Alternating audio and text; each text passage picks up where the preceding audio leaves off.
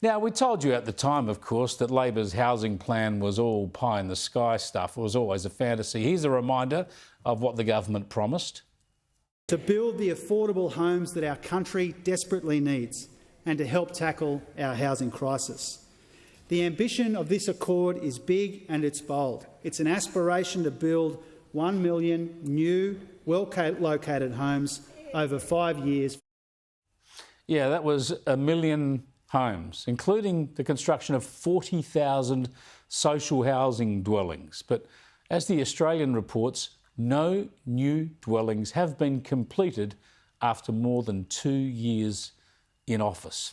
Unbelievable. Let's bring in the Master Builders Australia Chief Executive, Denita Wawn, who's joining us live from Canberra. Thanks for joining us, Denita. This seems incredible that in 2 years you couldn't get a few houses built, not even any.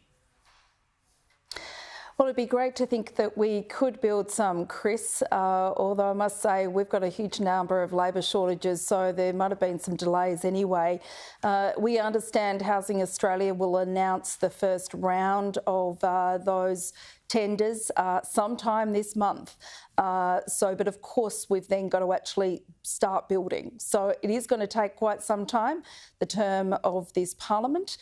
Nevertheless, something is better than nothing.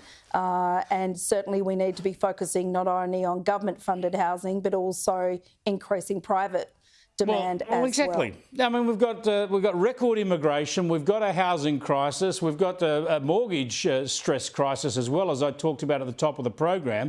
But you're talking about tenders going out next month. I mean, the ground is not going to be tilled. The foundations are not going to be poured on into these houses till a second term if Labor wins the election. A whole term to get cracking. That's right, Chris, and certainly the biggest issue that's confronting the industry at the moment is about actually getting land ready for building in the first place. We know we've got shortages of labour, shortages of resources in key critical infrastructure.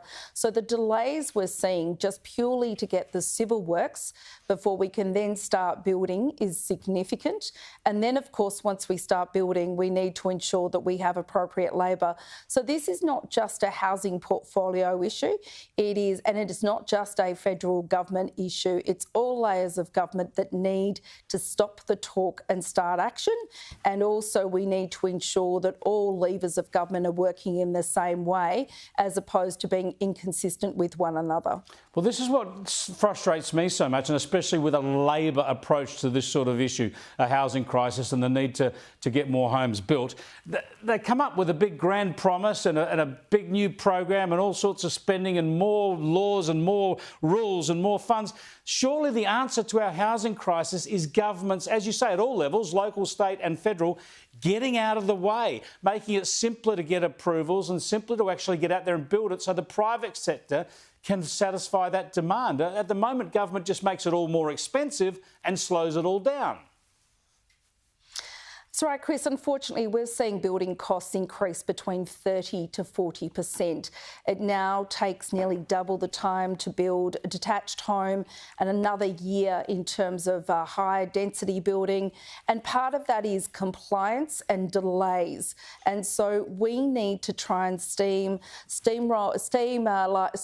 the problems and ensure that we get building as quickly as possible. For us, it's all about planning, zoning, efficiencies, people, and of course industrial relations. We've had huge changes to industrial relations. Makes it all harder. In many instances inefficient. We've been very supportive of the administration of the CFMEU, but that's just the first step in that place. A lot more work to be done to make us as productive as possible to build those 1 million homes. And of course, we can't forget that all governments agreed not just to 1 million, but 1.2 million at National Cabinet in August last year. Yeah, let's not hold our breath, but let's get cracking, as you say. Thanks for joining us, Denita. I appreciate it.